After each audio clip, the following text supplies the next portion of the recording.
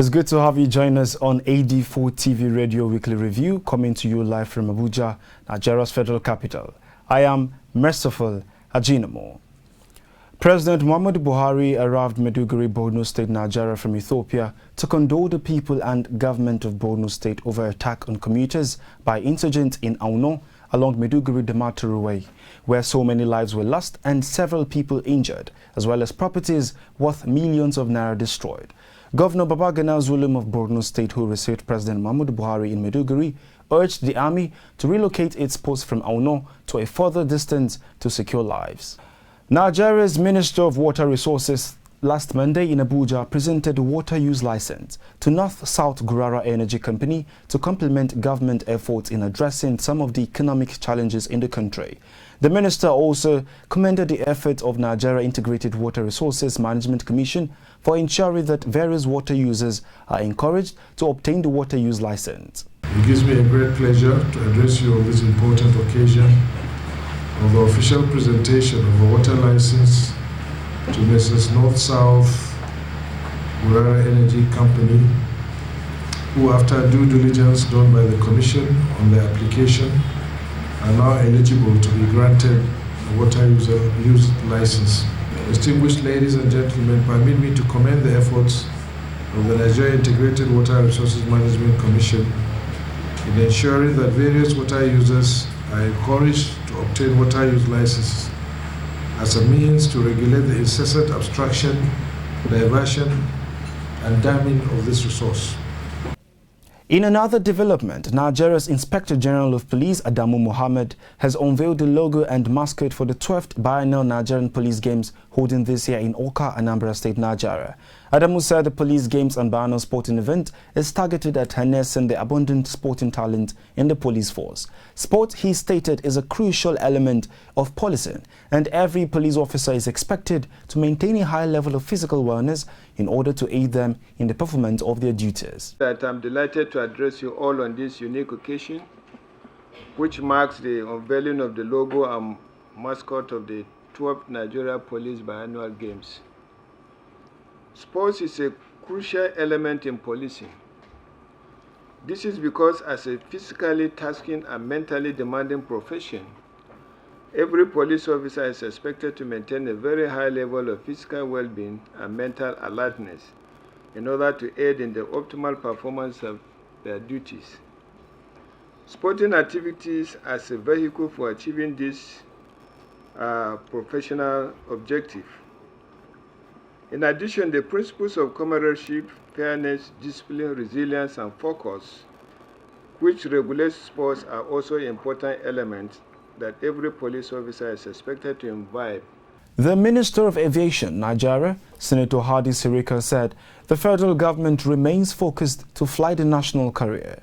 Sirika made this known through the Director of Planning, Research and Statistics in the ministry, Muhammad Shehu, who represented him at the 7th edition of Aviation Workers Week last Tuesday in Abuja.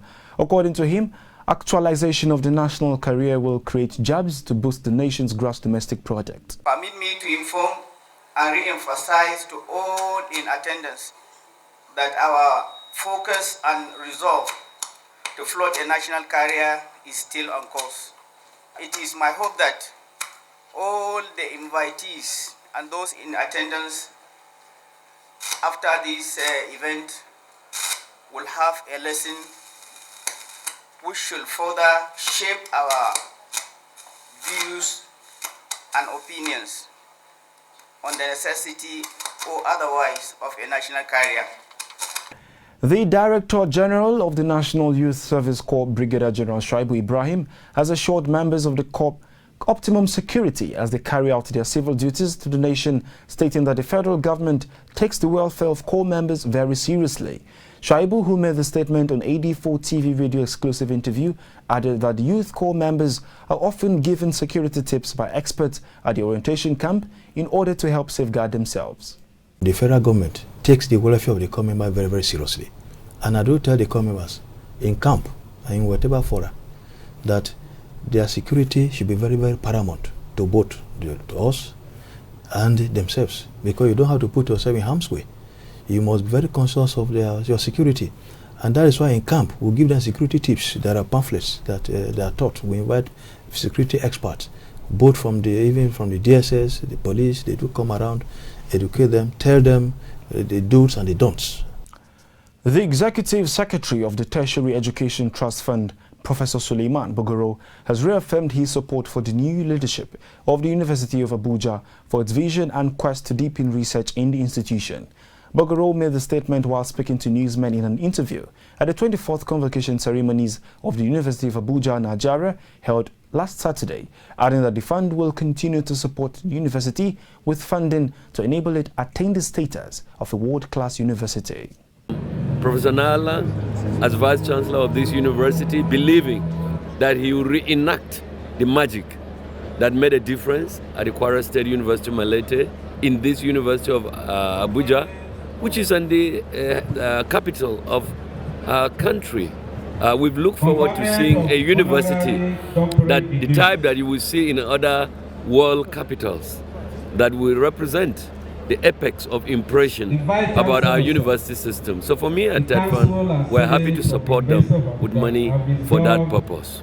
Still on education, the University of Abuja in Nigeria held its 24th convocation ceremonies last Saturday, where 10,331 graduating students were awarded degrees and diplomas in various disciplines, out of which 26 of them bagged first class. Speaking at the event, the Pro-Chancellor of the university, Alhaji Sani Maikudi, called on them to be good ambassadors of their alma mater as they step out to the wider world to face new challenges. Our reporters who covered the ceremonies spoke to some of the graduating students. To the graduates, let me say that this is your day. It marks a milestone in your lifelong journey to your chosen careers. It is really a special day for you all. As I stand before you, I'm confident that you are all an embodiment of good learning and character.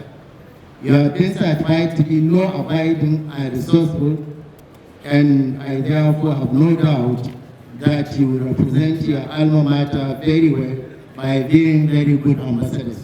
It wasn't an easy journey. So much to write, so much to read, so much to research in terms of looking for materials and so on. So much to present and defend. Truly, it has not been very easy, you know. When you talk of PhD course, it required patience, tolerance, and endurance.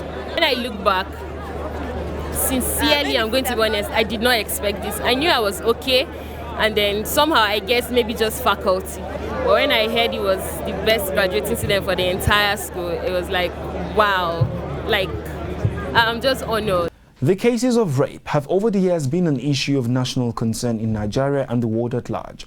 Most rapists in police custody have confessed that they committed the act because of the provocative dressing of their victims. This assertion was, however, countered by others who argued that even though indecent dressing by girls is one of the factors responsible for rape cases, there are other underlying factors like drug abuse and societal issues. Our correspondent spoke to some residents of Abuja on this, and this is what they have to say. Some of them is just in their mind to do it, because even if a lady is not dressed and tattered, if they want to rape you, they will still do it. There are some men that cannot control their emotions, so when they get to that, it can bring out such a abnormality. But if they can change the way they dress, I believe it will help in preventing such a pattern. Once you are not decent, you are not decent. But as a man, I think you should respect yourself. 11th February was marked all over the world as the International Day for Women and Girls in Sciences. Science and gender equality are both vital for the achievement of the internationally agreed development goals. However, it has been observed that very few women show interest in the sciences compared to their male counterpart. According to the United Nations Educational, Scientific and Cultural Organization data, only around 30% of all female students select science, technology, engineering and mathematics-related fields in higher education.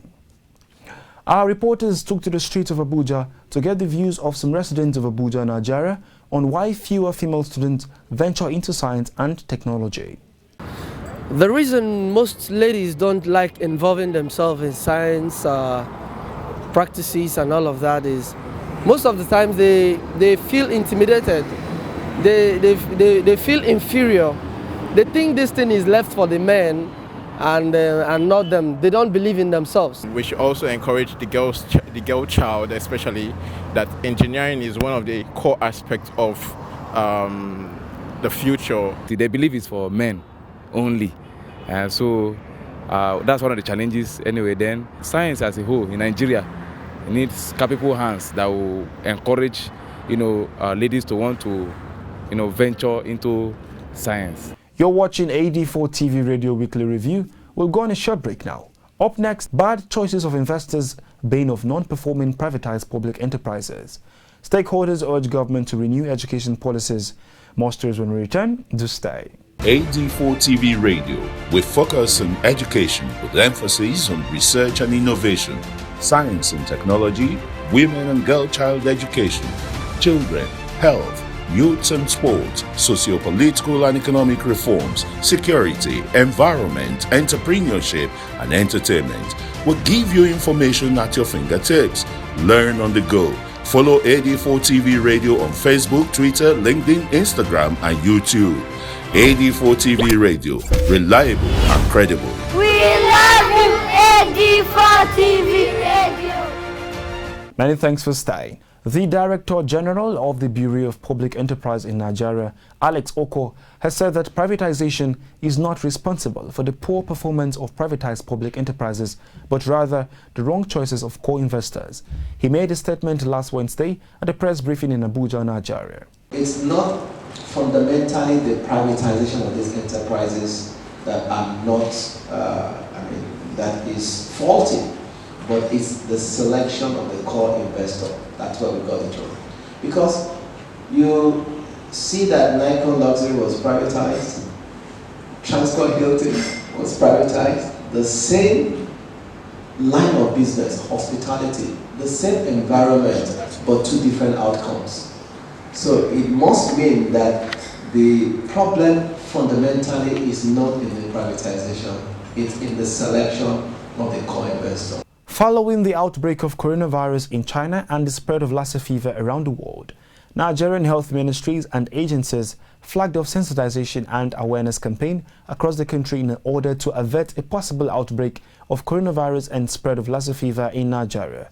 To ascertain the outcome and success of the sensitization and awareness campaign, our reporters spoke to some residents of Abuja, Nigeria, to hear how informed they are as regards to the causes of this disease and preventive measures to take. By keeping simple hygiene first. As you can see me here now with my face mask, although it's inside the bag. So that is just some of the measures I think we can use to curb the issue from spreading. Lassa fever, we know it has been on ground in this country for years. And we are told that the causes of all Lassa fever is rat. And we have been sensitized. That is one, we have to keep our environment clean. And from information from the Ministry of Health, especially, one of the causes of it is animals. People eating animal that is not properly cooked. Parents and guardians influence their children's career choice. However, over the years, there have been controversies in who makes the decision of choosing a career path for a child, as some students blame their poor performances on their parents' imposition of a course of study on them. Since this has become an issue of concern, our reporters got the views of some lecturers on the effect of forcing a child to take a particular course of study. What has always been the problem is that people just say, oh, I want my son to become a medical doctor. They are probably looking at the profession they want their son to become a member of. What then happens after that is typically not what they are so much interested in. You have some students that are above the average, we have those ones that are below the average, we have those ones that are average. So in that one, you need those ones that are below average, those ones may be affected by the career, whether the victims of career chosen by either somebody or by the father. Valentine's Day, also called St. Valentine's Day or the Feast of St. Valentine, is celebrated annually on February 14 and is no doubt one of the most popular days in the year, as it is the day set aside globally to celebrate love. Residents of the Federal Capital Territory have joined the world in commemorating Valentine's Day. Our reporters had a discuss with Abuja residents on what Valentine is to them and how they choose to celebrate this special day. I have an amazing date, so I received a beautiful show from my sister, my younger sister, so it meant a lot that she's the one giving to me now. Valentine is fine. As you can see, environment is very colorful. I'm enjoying myself. I received dresses from my sister. On a lighter mood, if you point your car keys to your head, it increases the remote signal range. The trick turns your head into an antenna.